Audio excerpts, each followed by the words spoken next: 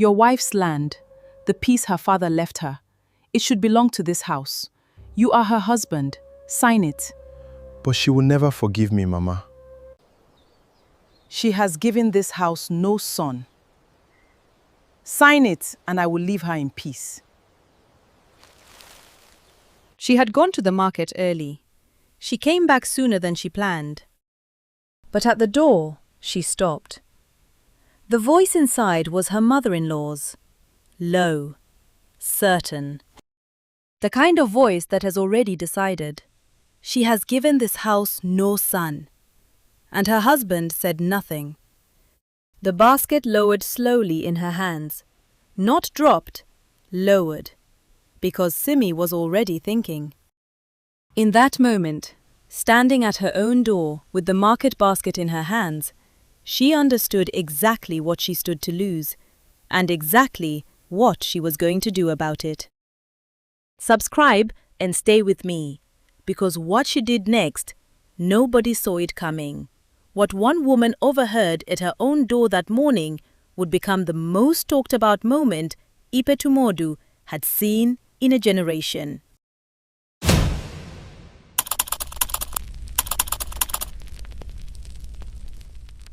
Years earlier, in the village of Ipetumodu, the harmattan came early that season. It carried red dust through the compound gates and settled on every surface. The clay pots, the drying racks, the carefully swept thresholds. The women tied their wrappers tighter. The men sat under the neem trees and talked about the sky. It was in this village, in the third compound from the western path, that Simi grew up with her father's hands as her measure of the world. Her father, Baba Simi, was not a rich man. He owned one piece of land, a strip of red earth that ran along the bank of the small river east of the village. It was not wide, but the soil there held water longer than anywhere else in Ipetumodu, and what he grew on it fed them through the dry months when other families tightened their belts. He never spoke of the land as a possession. He spoke of it the way he spoke of Simi herself, as something entrusted to him, to be passed on with care. The women of Ipetumodu remembered Simi by the way she carried water. Not the act itself, every woman in the village carried water, but the way she set the pot down. Slow, both hands, a small pause before she let go, as if she was making sure the ground was ready to receive it. One of the older women once said it looked like someone who had learned early that things break when you are not paying attention. Nobody disagreed. When a child fell in the compound, Simi was already moving before the crying started. When a neighbor's fire went out in the evening, her coals were already being passed over the wall. Without ceremony, without waiting to be thanked. What she wanted, the thing she had never said aloud to anyone, was simple. She wanted a home where she was not a guest. She had grown up knowing the land would be hers one day. That knowledge had given her somewhere to stand. When Kolade came to her father's compound, he came 3 times before her father agreed to speak with him seriously. He was not from a poor family. His mother, Yinka, was the most respected woman in the wealthier quarter of Ipetumodu, a widow who had built her late husband's compound into something that made visitors stop at the gate and look twice. Kolade had grown up in that compound, and it showed in the way he moved through the world. Not arrogant, but accustomed. He was used to doors opening. The first time he came, Simi served the kola and went back to her work. The second time, she sat across the room and answered his questions with complete sentences that somehow communicated nothing about how she felt about him. The third time, he asked her directly, "Is there something about me you do not like? Or is this just how you are?" And she had looked at him for a long moment and said, "I am still deciding." He had laughed, genuinely, not as a performance, and something in her had shifted. They were married in the dry season, 8 months later. Her father, stood at the boundary of his land on the morning of the ceremony and told her 3 things. She remembered the first 2 clearly. The third, spoken quietly when the others had moved away, she would spend 2 years turning over in her mind, trying to understand exactly what he had meant. He said, "If there is ever a question about this land, find Baba Leke. He knows." 3 months after the wedding, her father was gone. Simi moved into Yinka's compound as Kolade's wife. She swept the thresholds, she cooked for the household. She greeted Yinka every morning with both hands and waited for the older woman to speak first. She did everything that was expected. And Yinka watched her the way a person watches a door they are not sure is locked, not with open suspicion, but with a particular quality of attention that never quite relaxed. There was no open cruelty in those first months. Yinka did not shout. She did not insult. She simply made it clear, through 100 small arrangements. The way the food was portioned, the way decisions about the compound were discussed when Simi was in the other room, the way Yinka's hand rested on Kolade's arm when she spoke to him and her eyes moved to Simi at the same time. This compound had an order, and Simi was at the bottom of it. Simi noticed. She said nothing. She kept her hands busy and her face neutral, and she waited, the way her father had taught her to wait.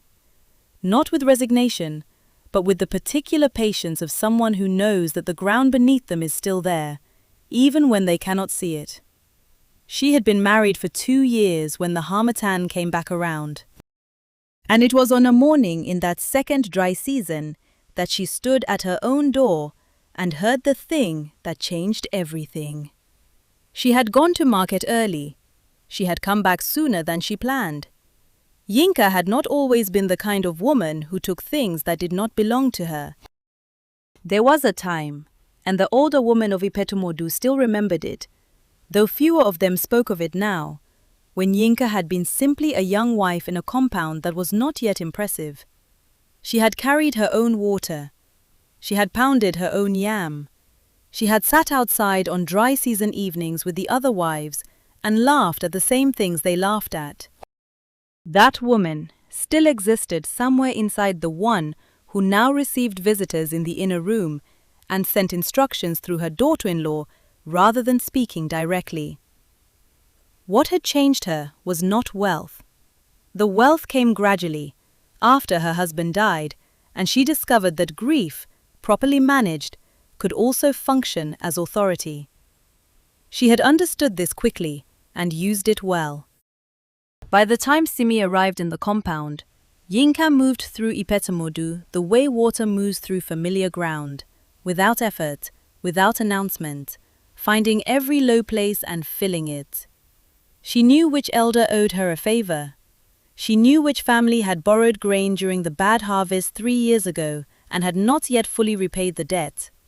She knew, with the precision of someone who had spent decades paying attention, exactly where the pressure points were in every relationship in the village. She was not cruel for the pleasure of it. That was what made her difficult to name, even for the women who had felt the edge of her. She was strategic. She did what served her, and she framed it, always, in language that sounded like concern. "I only want what is best for this household," she said often. And she believed it. That was the part that was hardest to argue with. On the mornings when Kolade left early for the farm, Yinka would come to find Simi in the kitchen. Not to help, but to stand in the doorway and watch. She would comment on the fire, on the quantity of pepper, on the way Simi was cutting the vegetables. Small corrections, delivered in a tone that suggested affection. Simi would nod and adjust and say nothing. Yinka would leave satisfied. The adjustments were never about the food. One afternoon, 3 weeks after the harmattan began, Elder Taiwo came to the compound. He was a tall man, who had grown slightly curved at the shoulders, the way tall men sometimes do when they have spent many years bending to enter doorways built for shorter people.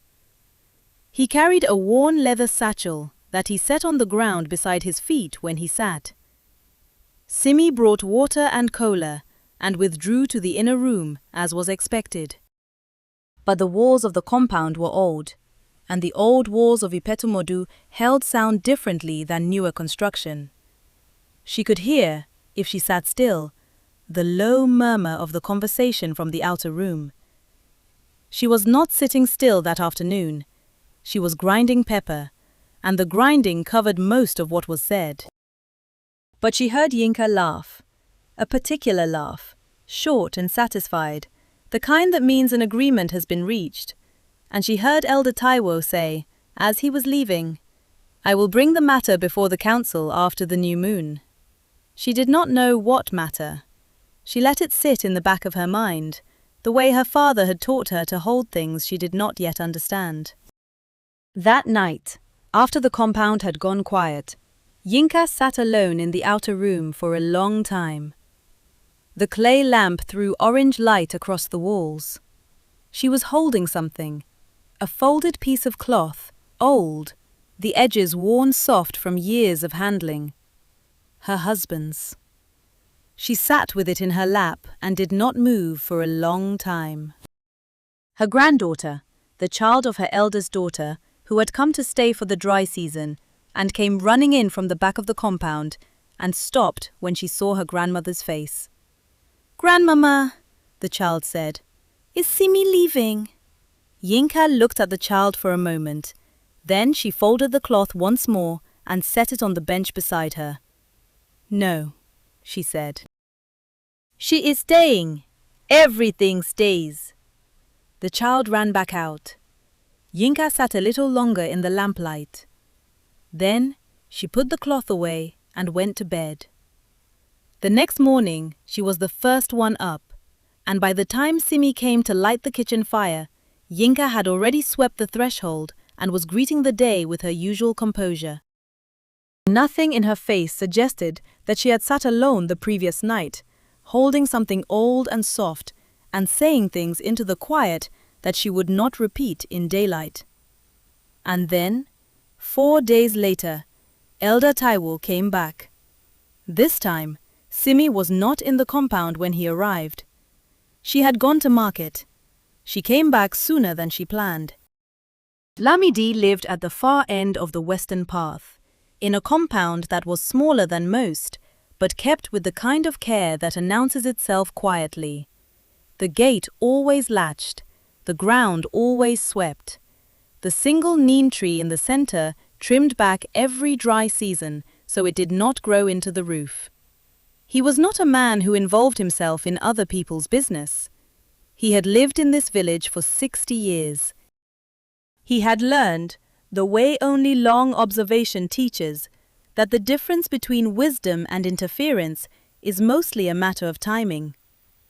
He had known Simi's father since they were young men working adjacent plots during the same harvest season, 35 years ago.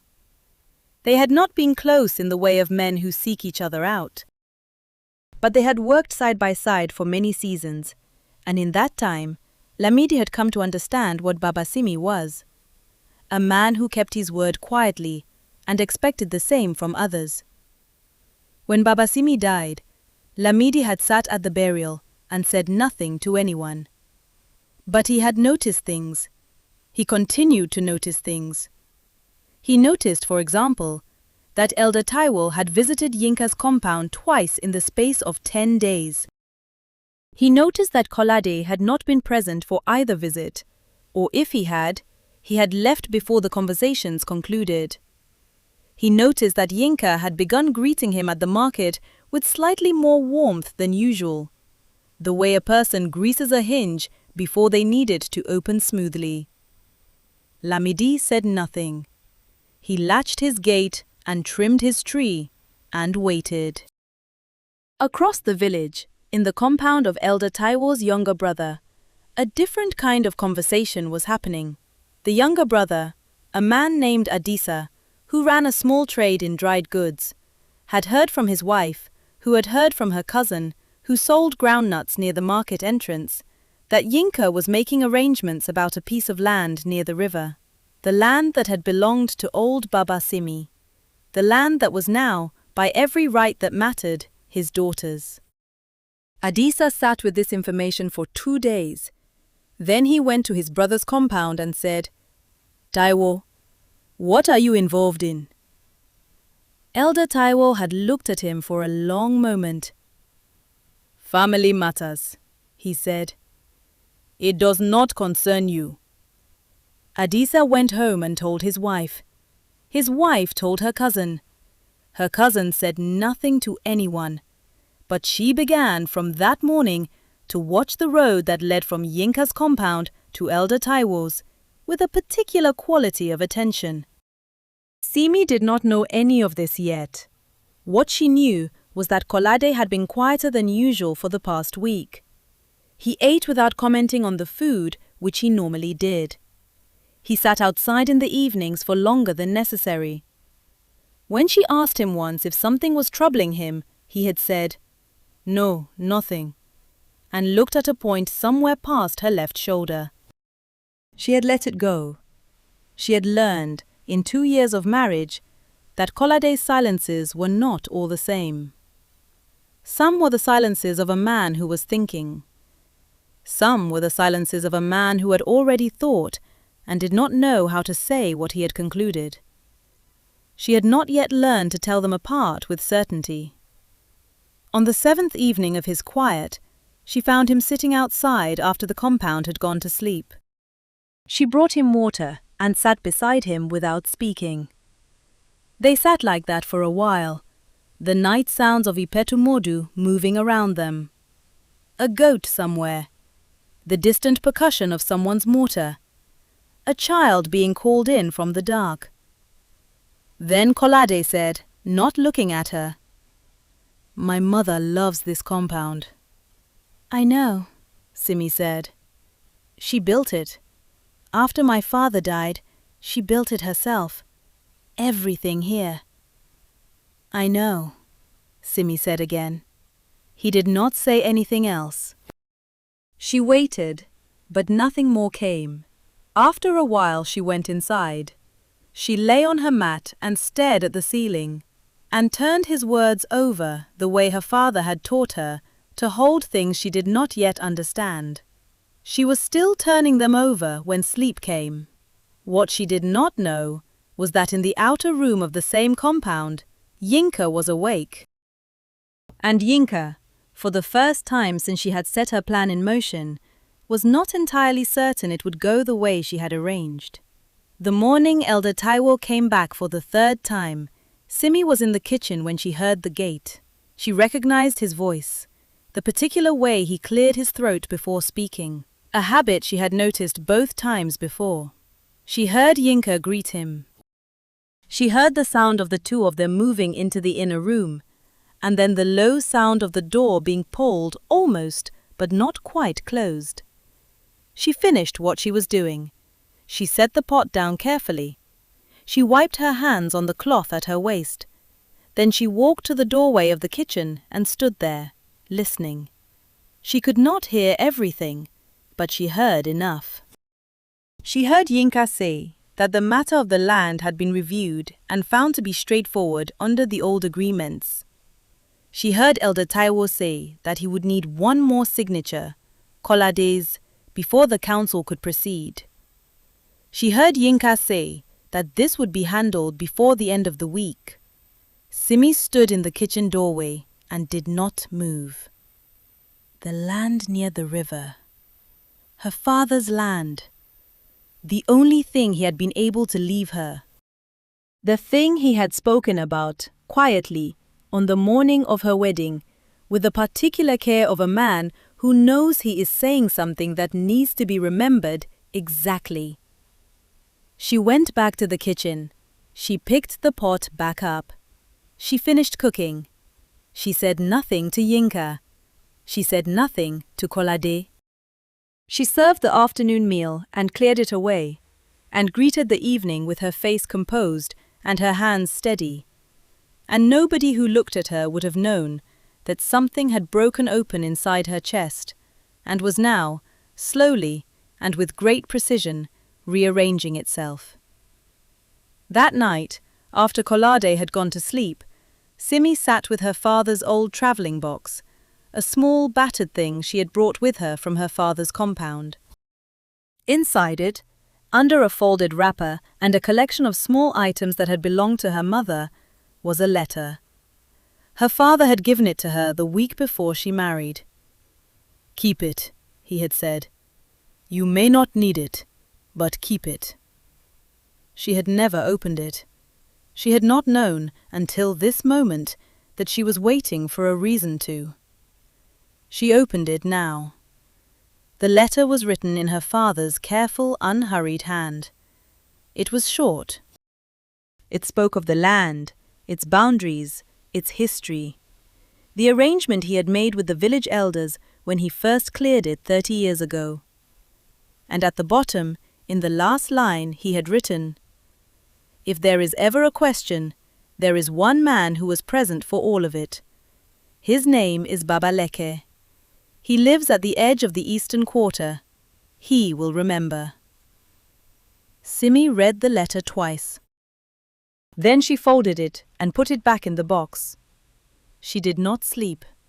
In the outer room, Kolade was also awake. He had not gone to bed when the compound went quiet. He had sat in the outer room with the clay lamp burning low, and his hands on his knees, and the particular stillness of a man who is trying very hard not to think about something, and is therefore thinking about nothing else. He had known for 4 days what his mother was planning. She had not hidden it from him. She had presented it to him the way she presented most things, as a decision that had already been made and required only his participation to become complete. He thought about the morning of the wedding. He thought about standing at the boundary of Simi's father's land while the old man spoke quietly to his daughter, and the way Simi had listened. Not nodding, not responding, simply receiving the words the way good soil receives rain, taking them in without letting them run off. He had watched her from a distance and thought, "This woman knows how to hold things." He thought about the pen on the low table in the inner room. He thought about his mother's voice saying, "She has given this house no son." He sat with all of this until the lamp went out on its own, and then he sat in the dark for a while longer, and at some point before the first light came, he made a decision that he did not yet know how to act on. By the time the first light came through the compound walls, Simi had made 3 decisions. The first was that she would not wait for the council to act. The second was that she would not do this alone if she did not have to. The third was that she needed to find Baba Leke before Yinka found a reason to make that impossible. She did not know yet that finding Baba Leke would not be simple. She did not know yet that the first piece of information she received about him would send her to a compound with a closed gate and a neighbor who would tell her, with a shrug that suggested the news was not new, "Baba Leke, he died last year." She would stand at that closed gate in the morning light, her father's letter in her wrapper, and feel the ground shift beneath her in a way it had not shifted since her father himself had died. But that was still 1 day away. Tonight, in the quiet of the compound, she folded the letter and sat with it and breathed. And somewhere in the hour before dawn, something in her face went very still. The way her father's face had gone still, she remembered now, when he was not deciding what to feel, but deciding what to do. The next morning, Simi woke before the compound stirred. She dressed quietly. She took the letter from the box and folded it into her wrapper. She picked up her market basket, the same one she had been carrying the morning she heard everything, and she walked out of the compound without telling anyone where she was going. The eastern quarter of Ipetumodu was older than the rest of the village. The compounds there were smaller, the walls thicker, the trees bigger. The paths between them were not straight. They turned and doubled back on themselves the way paths do when they have been made by feet rather than by planning. She found the compound her father's letter described by asking twice. The first person she asked pointed her in a direction. The second person she asked, an old man sitting outside a gate mending a sandal, looked up at her when she said the name. "Baba Leke," he said. "Yes," she said. The old man looked back down at his sandal. "He died last year," he said, "in the rainy season." Simi stood at the gate of the empty compound and did not move for a long time. The gate was latched. The compound behind it had the particular quiet of a place that has not been lived in for some months. The ground unswept. The thatch on the small storage house beginning to sag at one corner. A single yellow flower had pushed up through the swept area near the entrance, the kind that comes up when no feet have been passing through to press it back down. She stood there until she became aware that her legs were beginning to feel the standing. Then she sat down on the low stone outside the gate, not carefully, the way she usually sat, but suddenly, the way a person sits when they have run out of the energy required to remain upright. The letter was in her wrapper. She did not take it out.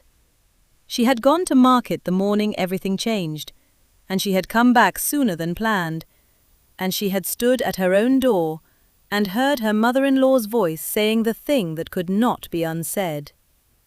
She had held herself together through that day and the days after. She had found her father's letter. She had found a name. She had come to find the man with that name. And he was gone. Her hands, resting on her knees, were completely still. Not controlled, still, the way things go still when the body has temporarily run out of instructions. A child came around the corner of the path. A small girl, perhaps 7, carrying a clay bowl with both hands and walking with the careful concentration of someone who has been told not to spill. The child stopped when she saw Simi sitting outside the empty compound. "Are you looking for someone?" the child asked. "I was," Simi said. The child considered this. "My grandmother says Baba Leke moved," she said. "To his son's house, past the big cotton tree on the north path. She says he got too old to live alone." Simi looked at the child. "Moved," she said. "Last year," the child said, "in the rainy season." The child walked on, balancing her bowl. Simi watched her go. She sat outside the empty compound for another moment. The yellow flower near the gate moved slightly in the morning air. She looked at it. Then she stood up, straightened her wrapper, picked up her basket, and turned toward the north path. The cotton tree was 20 minutes' walk. Baba Leke's son's compound was another 10 minutes past that. She had never been to either place. She did not know what she would find when she arrived, or whether the old man would remember what she needed him to remember, or whether his memory, if it held the thing she was looking for, would be enough to matter before Elder Taiwo's council met. She did not let herself think about any of that yet. She walked. The morning light came through the trees at a low angle and made the red dust on the path glow a deep orange. Somewhere ahead of her, a rooster announced itself to the day. Her basket swung at her side, empty. She walked. But before she reached the cotton tree, something stopped her. Not a sound, not a voice, a memory. She had been walking for 10 minutes when it came back to her, the full weight of it, the way memory sometimes waits until the body is in motion to release what it has been holding. She was standing at her own door again. The morning basket in her hands. The voice coming through the wall. She had heard Yinka say, "Your wife's land, the piece her father left her. It should belong to this house. You are her husband. Sign it. She had heard Kolade say, "But she will never forgive me, Mama." And she had heard Yinka say, "She has given this house no son. The land her father left is the only thing of value she brought here. Sign it, and I will leave her in peace." And then there had been silence. Not the silence of a man who was refusing, the silence of a man who had already, somewhere in the part of himself he did not examine closely, agreed. Simi stood on the north part of Ipetumodu with this memory sitting fully in her chest, and she understood something she had been half understanding for days. Kolade was not a villain. He was not plotting against her with the cold intention of someone who did not care. He was something harder to fight than that. He was a man who loved her, and loved his mother, and had not yet found the place inside himself where those two things could both be true at the same time. And so he had gone quiet, and in his quiet, the decision was being made for him. She could be angry at Yinka. Yinka had made herself easy to be angry at. But Kolade was the thing she did not know how to hold yet. The man who had laughed at her genuinely on his third visit. The man who had stood at the boundary of her father's land on their wedding morning and squeezed her hand once, quickly, as if to say, "I see this. I understand what this is." The man who now sat outside in the evenings and said, "My mother loves this compound," and could not bring himself to say anything else. She breathed. She let the memory settle.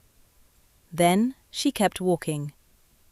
Behind her, back in the compound, Yinka was doing something Simi would not learn about until later. She had called Kolade into the inner room. She had set the paper on the low table between them.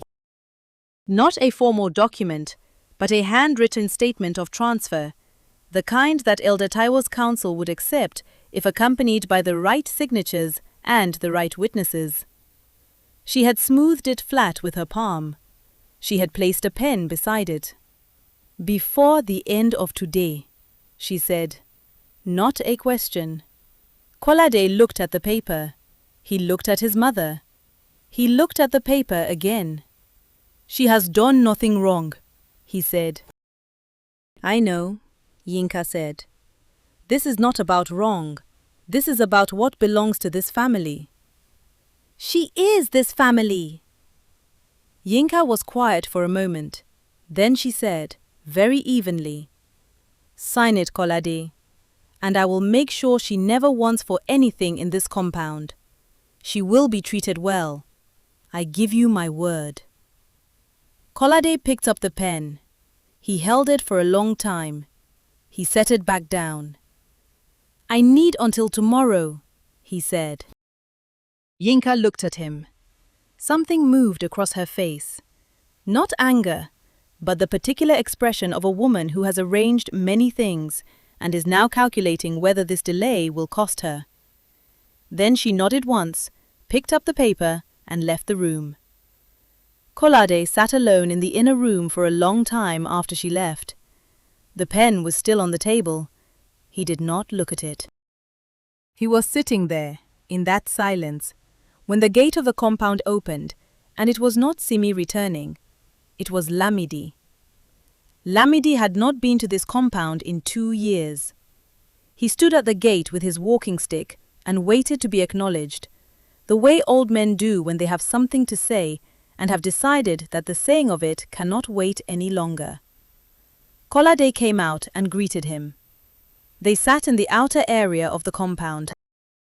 Lamidi set his stick across his knees. "Your wife," Lamidi said.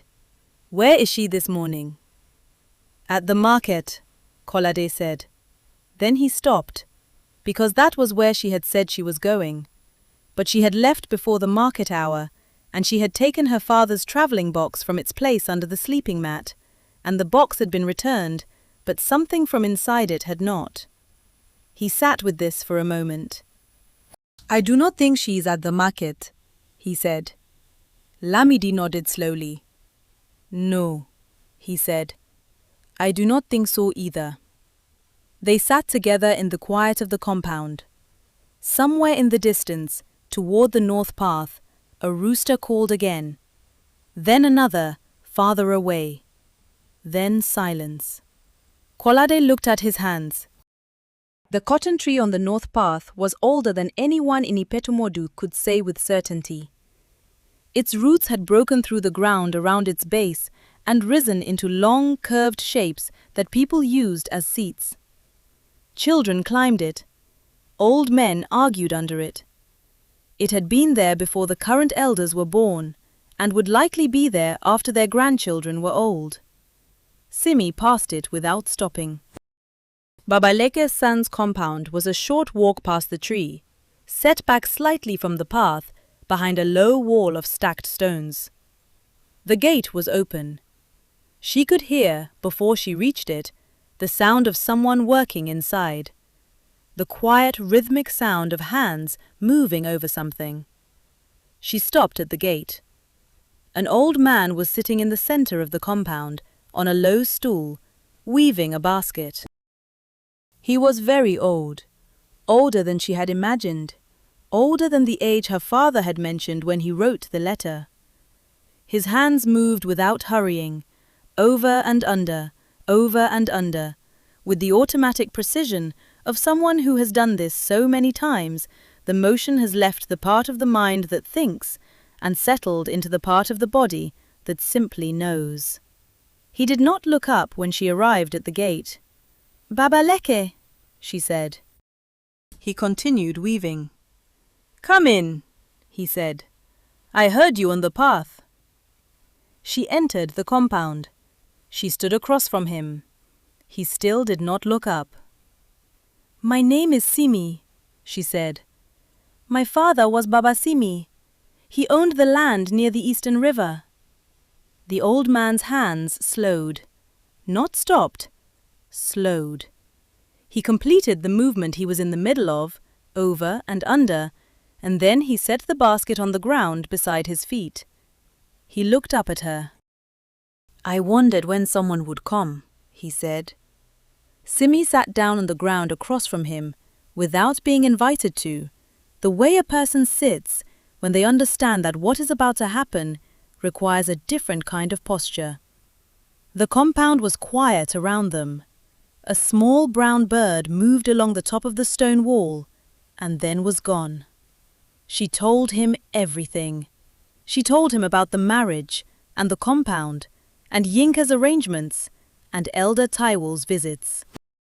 She told him about the letter. She showed him the letter. He read it slowly, holding it at arm's length, and when he finished, he held it a moment longer before handing it back. "Your father was a careful man," he said. "Yes," she said. "He came to me before he died," Babaleke said. "He knew he was not well. He wanted to make sure that someone outside the family remembered the arrangement, the boundaries of the land, the history of how he came to clear it, the agreement he made with the elders at that time." He paused. "I remember all of it." "Will you come?" Simi asked. The old man looked at her for a long moment. His eyes were the eyes of someone who has seen many things go wrong in the world and has made a particular accommodation with this fact. Not acceptance exactly, but a kind of readiness. "If I come," he said, "Yinka's family will not forget it." "I know," Simi said. "I am an old man," he said. "I do not need enemies." "I know," she said again. No begging, no further explanation. She sat with her hands in her lap and her back straight, and she let him look at her and make his own decision. "Your father once did something for me that I never properly thanked him for," he said. He picked up the basket, turned it over once, set it back down. "I have remembered it for 30 years. Come back tomorrow morning," he said. "Early. I will be ready." Simi walked back through Ipetumodu as the afternoon was beginning to turn. She passed the cotton tree. She passed the compounds of people she knew and people she did not know. She walked back through the western path and arrived at the gate of Yinka's compound as the first cooking fires of the evening were being lit. She pushed the gate open and went inside. Kolade was in the outer area of the compound. He was sitting where Lamidi had been sitting that morning, but Lamidi was gone and Kolade was alone. He looked up when she came in. He looked at the basket in her hand and at her face, and he said nothing. She looked at him for a moment. Then she walked past him toward the kitchen. "I am making the evening meal," she said, without turning around. He watched her go. He did not follow.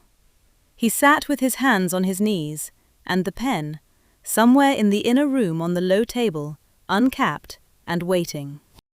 That night, Simi did not sleep again. But this time it was different. She lay on her mat and stared at the ceiling, and what she felt was not fear and not grief. It was something cleaner than either of those, something that lived closer to the surface of the skin. She was ready. The council met at the sycamore tree at the center of Ipetumodu, the way councils had met in this village for as long as anyone could remember. It was not a formal occasion, the way outsiders sometimes imagined these things. The air smelled of red dust and dry grass. There were no ceremonial cloths, no elaborate preparations.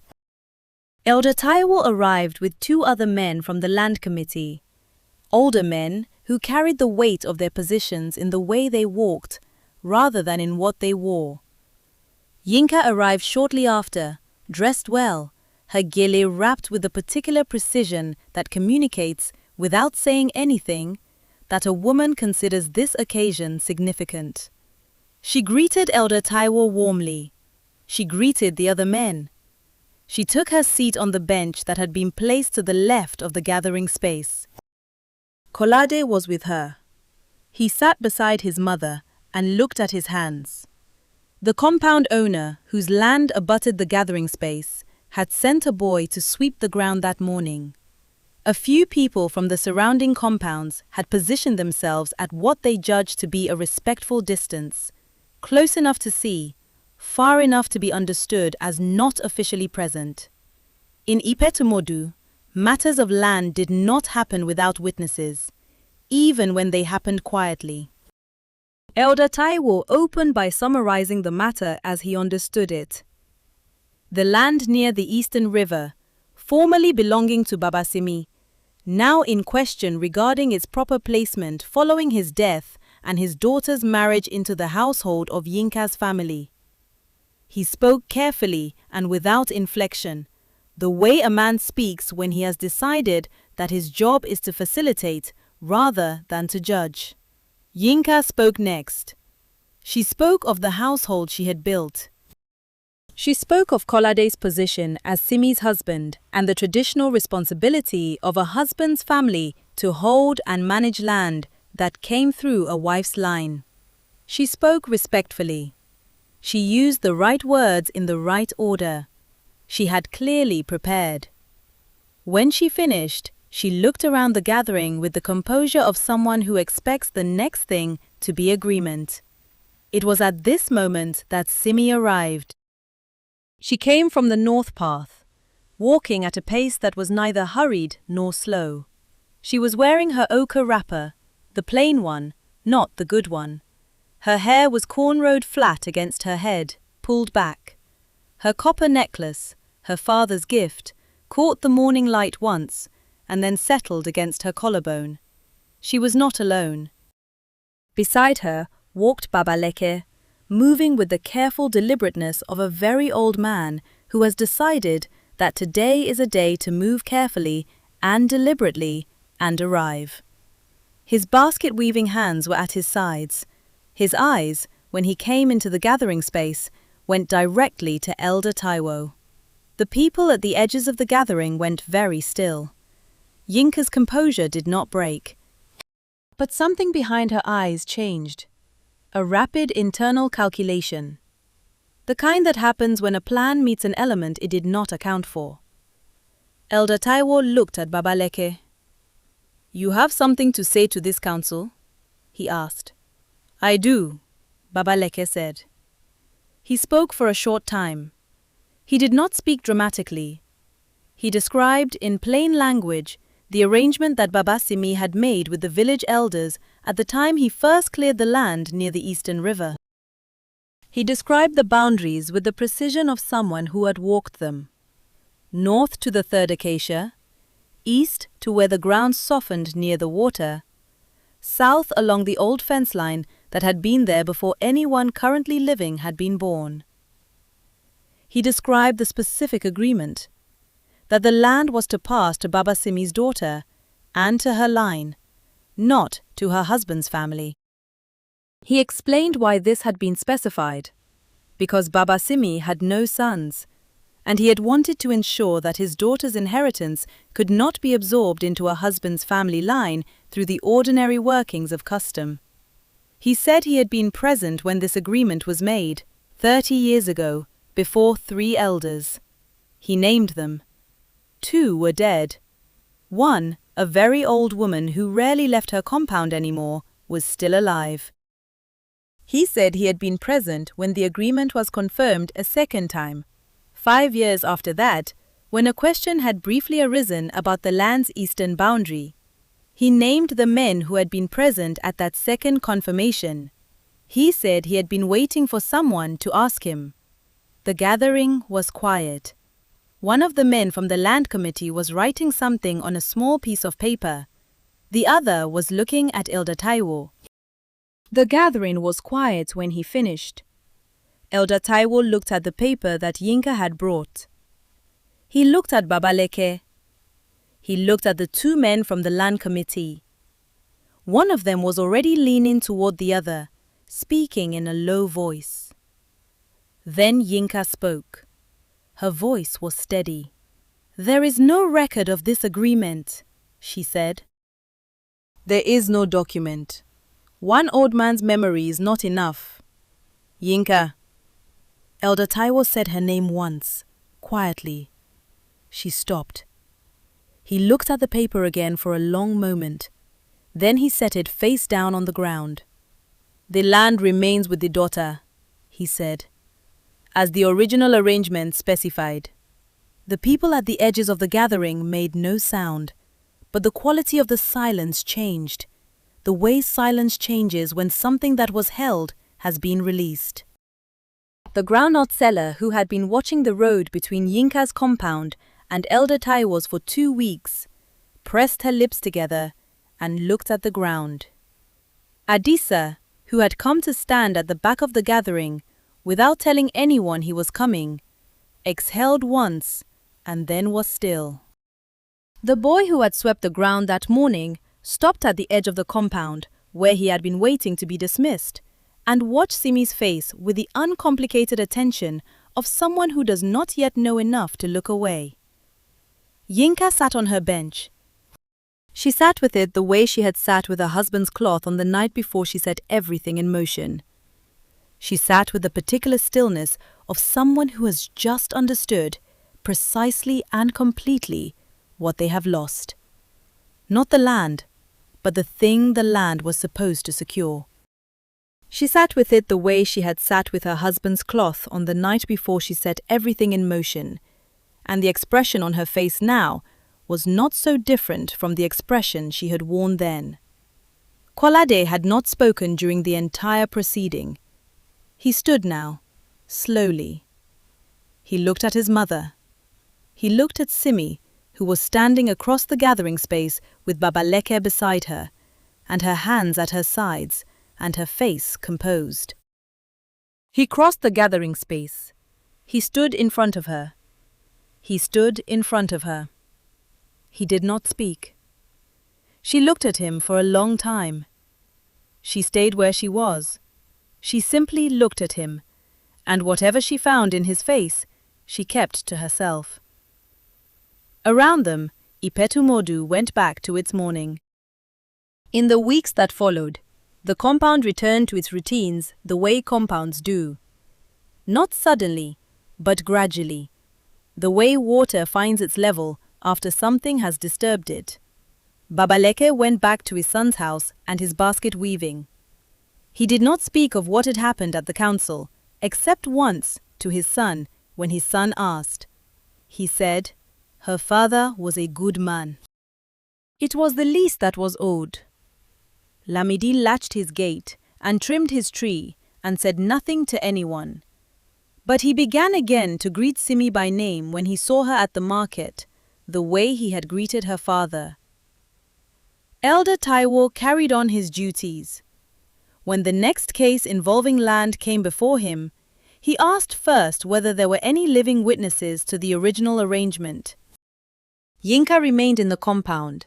She did not leave. She swept her threshold every morning. She received visitors. She moved through Ipetumodu with the same composure she had always had. But something had shifted in the quality of the attention the village paid her. Not dramatic, not spoken aloud, simply present. The way a door that has been found unlocked is treated differently afterward, even after it has been locked again.